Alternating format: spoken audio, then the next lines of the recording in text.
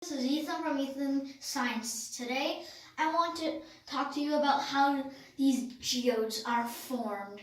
I bought these geodes off of online, and as you can see, these are pretty amazing. Just let you have a look here. So, for those of you out there who don't know how these geodes are formed, it's actually pretty simple. When a volcano erupts, lava comes down, right? So when the lava comes down, there's bubbles of gases in there, and the gases are going to escape.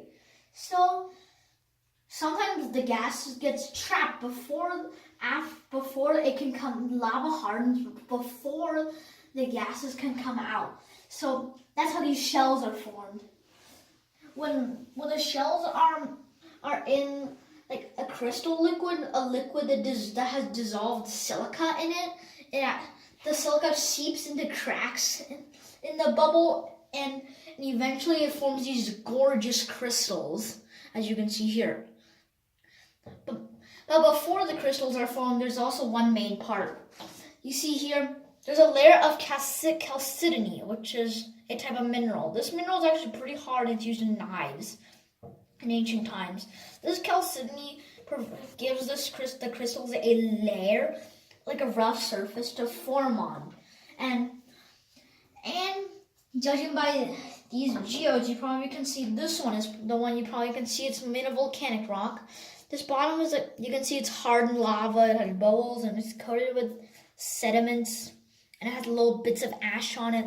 And honestly, you can even tell where the crystal solution came in. It came in right here because I can see there's like this clump of calcite right here.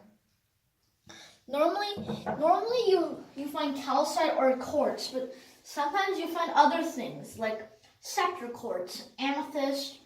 If you're very lucky, you might find fluorite. So the amethyst is usually considered the most valuable. It's a purple gemstone. It's the birthstone of the month of February. And amethyst doesn't usually occur very much. Sadly, I do not have any amethyst geodes. This one's calcite and these here are calcite and this one's quartz.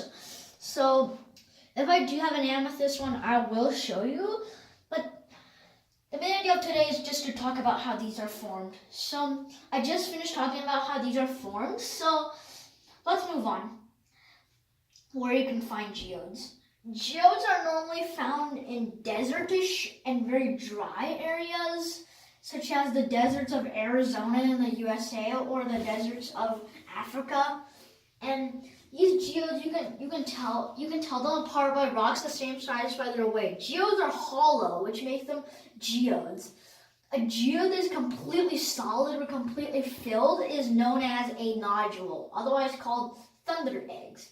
These are made of jasper, chalcedony, and other types of quartz. So, as always, these geodes come up in the deserts where you can define this black volcanic rock from this whitish skin color, clammy colored sand, and you can tell the crystal structure of these geodes. For example,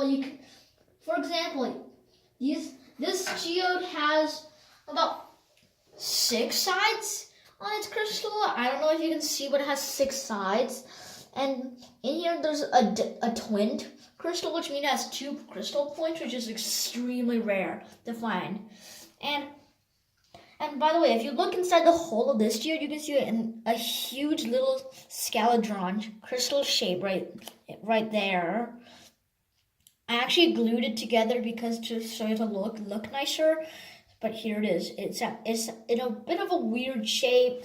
You can see it has little bits of volcanic rock and sands. And inside it's beautiful and it's gorgeous. Geodes are normally not that expensive. Geodes, depending on where the geode is from, these geodes are only about $15 for 4 of them.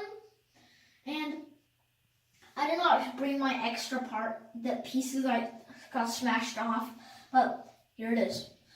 I want to take this moment to thank you for joining me with this little explanation of geodes today. As always, I'm Ethan, and I'll be waiting for you next time. Talk to you then.